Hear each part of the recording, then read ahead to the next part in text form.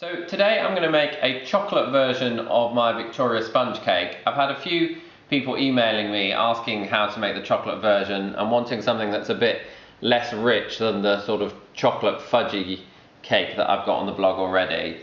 So really what I've done is taken my Victoria sponge recipe, just substituted some flour for some cocoa, and the same with the buttercream, substituted some icing sugar for some cocoa, so that we have a nice light chocolate sponge with a chocolate buttercream. So the full recipe is on the blog at www.howtomakecakes.co.uk. So the ingredients are basically the same as the Victoria sponge recipe, but we're substituting some of the flour for some cocoa.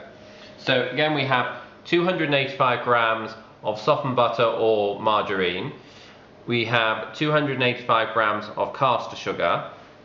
Then flour, I have 240 grams of flour together with 45 grams of cocoa and just 2 teaspoons of baking powder, and then 5 eggs.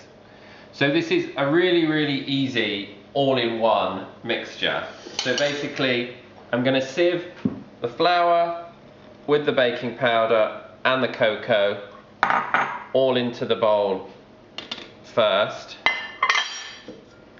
just to get rid of any lumps, give it some air. Nice cloud of flour there. This cocoa just may need pushing through a little bit.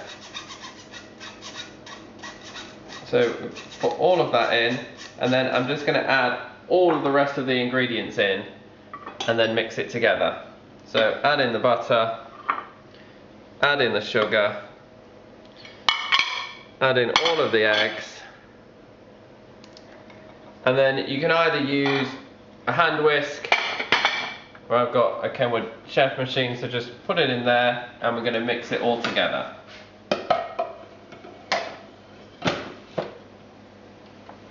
Slowly to start with and then speed it up. So after a minute or so, that should all be mixed together. That looks great. Just make sure you can't see any lumps of butter. Again, as long as your butter is at room temperature, it should mixing nice and easily. So I just take this off of here, and then you just want to make sure you get everything from all around the sides and it's properly mixed in, because these mixers can sometimes leave a bit there. So just give it a thorough mix by hand, and that's it. We have the batter for our sponge. So I've greased 2 8-inch or 20cm cake tins. So all we need to do now is divide the mixture equally between the 2 tins. So just spoonful by spoonful and put it in the tin. So just level it off a bit without putting too much pressure on forcing the mixture down, and just try and ensure you have about half in each one. So you then need to bake it in the oven on 180 degrees centigrade. If you have a fan setting and you can switch it off to the conventional setting, just use that. It's slightly better for cakes. And it should take between 30 to 40 minutes. I would check it after 30 minutes and then again every 5 minutes if it's not ready. So I'm just about to test them. They've been in for about 35 minutes. I could tell at 30 minutes they weren't ready, but I think they probably are now. So if you just test them, it should be springy, which they are, and then just put your cake tester or skewer fairly near the middle, and that should come out completely clean, which that does. So I think they're fine, they're cooked, and we can take them out.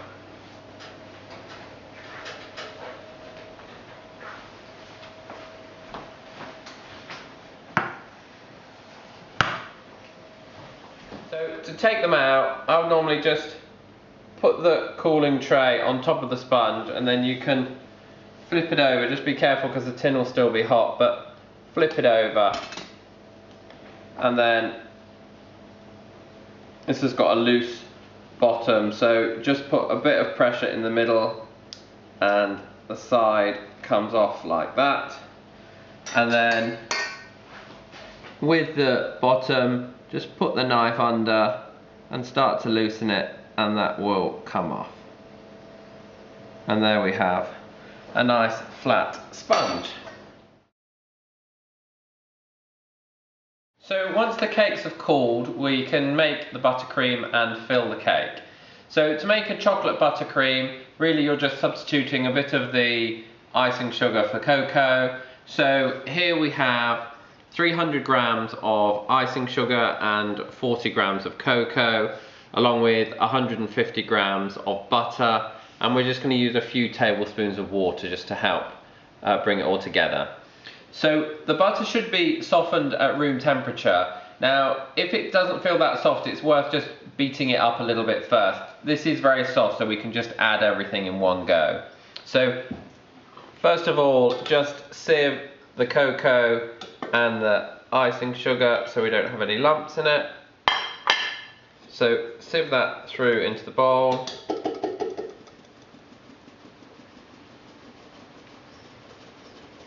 And then we'll just add in the other ingredients, and it has to be mixed fairly slowly because it creates a bit of a sugar dust cloud when you do it. So put that in, add in your nicely softened butter,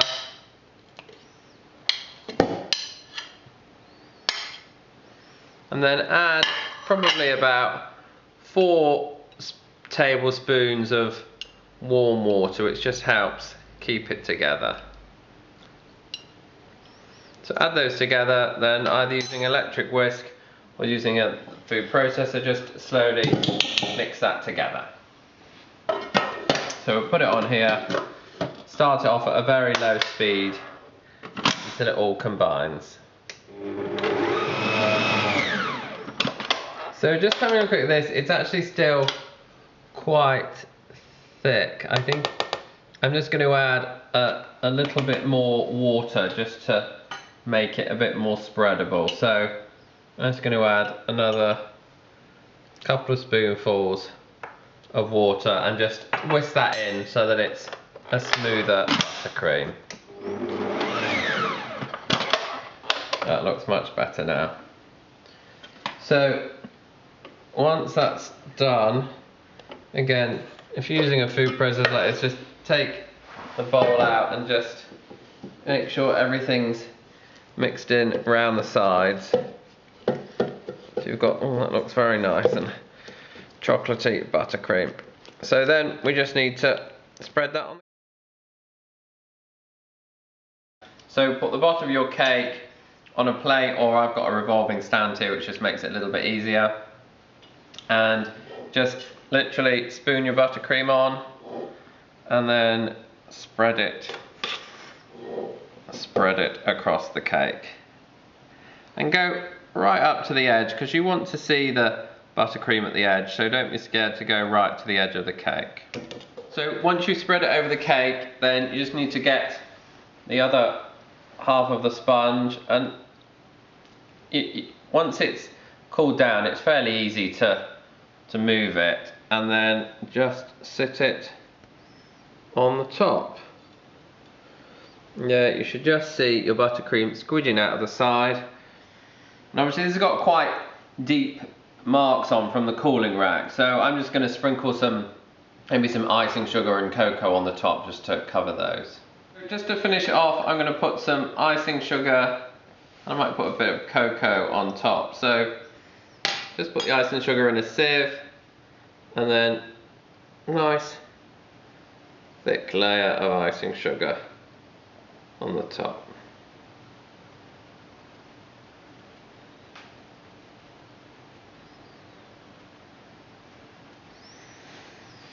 And then I'm just going to try sprinkling a bit of cocoa on the top as well. I think that will give it a nice look. And there we have our chocolate Victoria sponge with chocolate buttercream. The full recipe is on the blog at www.howtomakecakes.co.uk.